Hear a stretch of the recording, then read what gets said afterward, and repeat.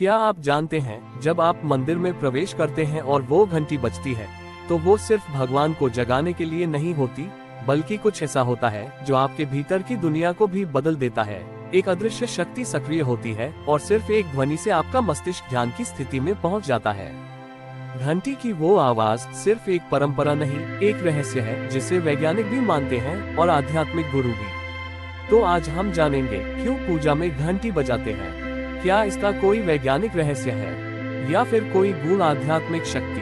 क्या घंटे की आवाज से वाकई नकारात्मक शक्तियां भागती हैं या ये केवल एक धार्मिक रीति है? घंटी बजाने की परंपरा आज से नहीं, हजारों साल पुरानी है। ऋग्वेद और यजुर्वेद में इसका उल्लेख मिलता है। प्राचीन ऋषि मुनि जब यज्ञ करते थे तो यज्ञशाला में घंटी जरूर बजती थी। लेकिन क्यों?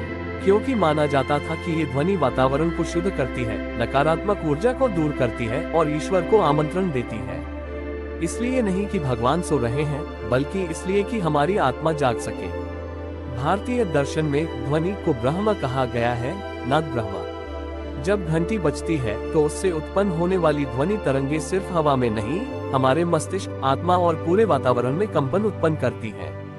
घंटी की आवाज एक विशेष ध्वनि आवृत्ति फ्रीक्वेंसी पर होती है, लगभग 528 हर्ट्ज। इसे मिरेकल टोन कहा जाता है, जो हीलिंग और मेडिटेशन के लिए सबसे उपयुक्त मानी जाती है।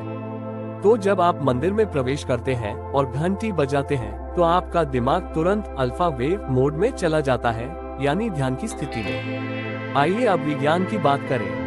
वैज्ञानिकों ने जब मंदिर की घंटी की ध्वनि का विश्लेषण किया तो पाया कि यह ध्वनि मस्तिष्क के दोनों गोलार्धों, लेफ्ट एंड राइट हेमिस्फीयर्स को सिंक्रोनाइज करती है। इससे मनुष्य का तनाव कम होता है, एकाग्रता बढ़ती है और दिमाग शांत होता है। घंटी की आवाज लगभग 7 सेकंड तक हवा में गूंजती है और वही 7 सेकंड आपके मन को एक नई ऊर्जा से भर देते हैं। हिंदू धर्म में घंटी को घंटा या नादस्वर कहा जाता है।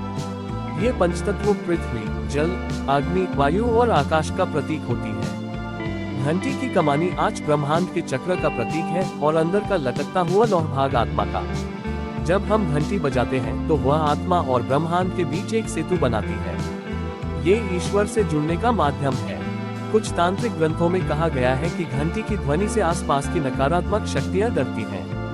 इसलिए तंत्र साधनाओं में घंटी या घंट का प्रयोग शक्तिशाली सुरक्षा के रूप में किया जाता है। शिव पुराण में उल्लेख है कि जहां नाद स्वर गूंजता है, वहां भूत प्रेत या बुरी शक्तियां नहीं टिक सकती। वास्तु शास्त्र में भी घंटी का महत्व बताया गया है। जब हम सुबह पूजा करते हुए घंटी बजाते हैं तो ये पूरे घर की ऊर्जा को सक्रिय करती है।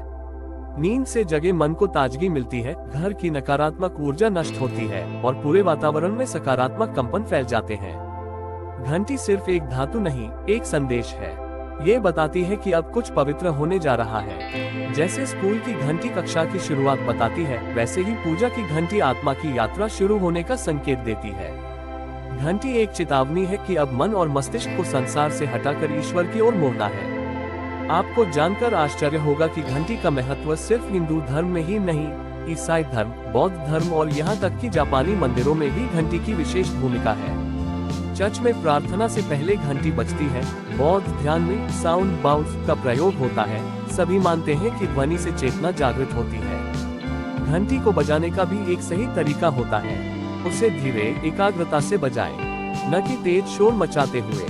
घंटी की ध्वनि को महसूस करें, उसकी गूंज को सुने, अपने अंदर उसे प्रवेश करने दें। यही है असली पूजा और यही है आत्मा की घंटी। अगली बार जब आप मंदिर जाएं या घर में पूजा करें तो घंटी बजाएं, लेकिन अब केवल परंपरा के लिए नहीं, बल्कि इस समझ के साथ कि वह घंटी आपके भीतर के अंधकार को दूर कर रही है, आपका चित्त शांत कर रही है और आपको ईश्वर से जोड़ रही है। क्योंकि हर ध्वनि में छुपा होता है एक रहस्य और हर घंटी की गूंज में होता है प्रभु का निमंत्रण। अगर आपको यह वीडियो अच्छा लगा हो तो इसे लाइक करें, शेयर करें और हमारे चैनल को जरूर सब्सक्राइब करें और कमेंट में बताएं क्या आपने कभी घंटी की ध्वनि को भीतर तक महसूस किया है।